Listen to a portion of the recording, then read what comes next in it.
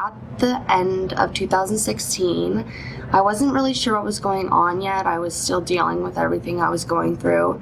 And it wasn't until my mother said, look, you're getting to a point where you need help. So what did I do? We had to go right into Emerge because we know the process of talking to a doctor, talking to a psychiatrist, talking to the next person and A, B, and C, it'd take way too long. So Emerge it was, and I just had said, look, this had happened to me,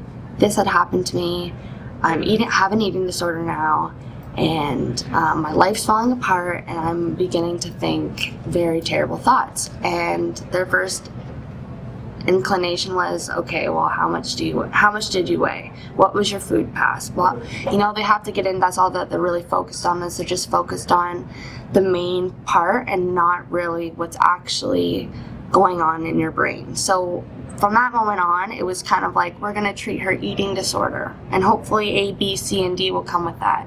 So I did a bunch of questionnaires, and finally, a month later, I'm getting another interview by a psychologist who is seeing if I'm eligible to go into this program for intensive eating disorder daycare facility at Toronto General Hospital.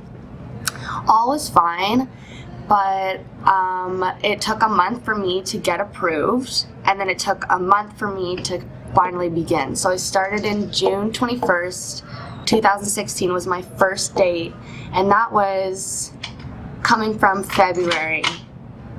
That process took for me to get Emerge into February, and by that time I had there was no appointments during that time frame to see how are you doing. We're still trying to get you on the waiting list. This is what we can do to check in with you now. There was nothing like that.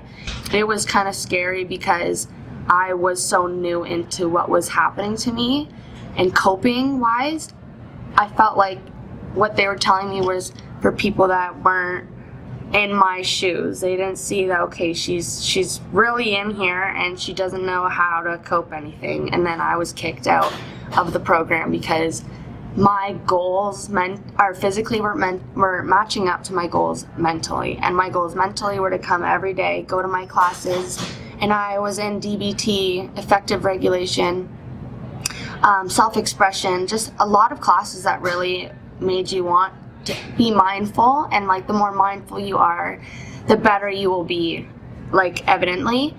And as soon as I got out of the program, all that stopped. It's been since 2017 now, September 2017 I've been out of the hospital.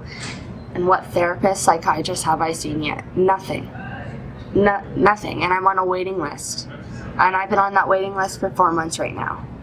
So what is it? A sitting patient waiting game. And you can see social workers or psychotherapists, but nothing is as reassuring for someone who's so sick to see a doctor that's gonna see them for years on end and know them and hear them out and see them through and listen to them and not try to just give them prescribed medication.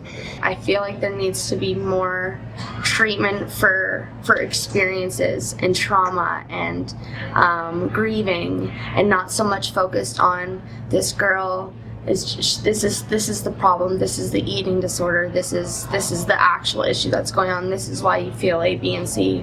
No, if I didn't go through the rape and I didn't go through the 2 losses of the life that I've never thought I would ever lose, honestly, and I just moved to Toronto, I would have never, if I didn't go through those experiences, I wouldn't be coping with what I'm coping with today. So if I could hope for anything with a mental health future, it's that the fact that there's aid for trauma, and there's aid for experience, and there's treatment for trauma, because if there's treatment for trauma, then there's going to be a lot less kids suffering with secondary management mechanisms.